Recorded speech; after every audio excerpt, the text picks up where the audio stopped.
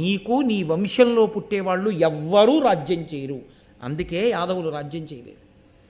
కాబట్టి యదువంశమునందున్న వారికి రాజ్యాధికారము లేదు.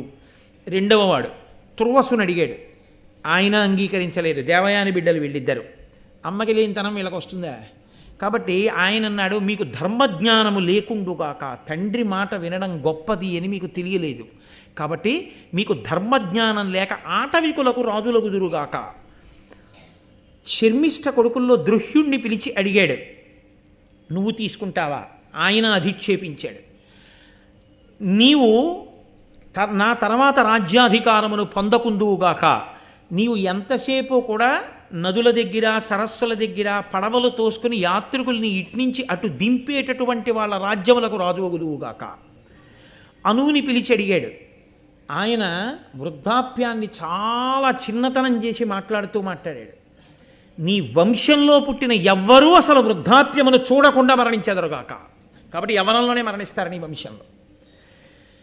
పూరుణ్ణి పిలిచి అడిగాడు. ఆయన అన్నాడు, తండ్రి మాట వినడం, తండ్రికి మేలు చెయ్యడం చెయ్యని నాడు ఈ దేహం ఎందుకు? కాబట్టి నాన్నగారు, నేను సంతోషంగా మీ వృద్ధాప్యాన్ని తీసుకుంటాను, నా యవ్వనం మీరు తీసుకోండి. మళ్ళీ మీకు ఎప్పుడు కావాలి అని అనిపిస్తే అప్పుడు నా యవ్వనాన్ని నాకు ఇచ్చేసి మీ వృద్ధాప్యాన్ని మీరు పుచ్చేసుకోండి అన్నాడు. వెంటనే ఆ పూర్వు దగ్గర ఆయన యవ్వనాన్ని పొంది ఒక 1000 సంవత్సరముల పాటు, ఆ రోజుల్లో ఆయుర్దాయాలు అటువంటి, దశరథ మహారాజు గారు 60,000 సంవత్సరములు బతికాడు. ఒక 1000 సంవత్సరములు భోగములు అనుభవించి ఈ భోగములా అనేటటువంటి వైరాగ్యమును పొంది కొడుకుని పిలిచి ఆయన యవ్వనం ఆయనకి ఇచ్చేశాడు. ఇచ్చేసి వృద్ధాప్యాన్ని పొంది కొన్ని వేల సంవత్సరములు తపస్సు చేశాడు. వానప్రస్థానికి వెళ్ళి 1 రోజు 2 రోజులు కాదు, కొన్ని వేల సంవత్సరములు పంచాగ్నిహోత్రం మధ్య నీళ్లల్లో అన్నం తినకుండా గాలి తింటూ ఘోరాతి ఘోరమైన తపస్సు చేసి చిట్ట చివరికి సశరీరుడై విమానం ఎక్కి ఇంద్రసభకి వెళ్ళి దేవేంద్రలోకంలో భోగాలు అనుభవించి అక్కడి నుంచి బ్రహ్మగారి సభకి వెళ్ళి కొన్ని కల్పముల పాటు బ్రహ్మగారి లోకంలో ఉండి మళ్ళీ తిరిగి దేవేంద్రలోకానికి వచ్చాడు. ఇంత తపస్సు చేశాడు. ఎన్ని 100,000 సంవత్సరములు అన్నాడు ఇంద్రుడు.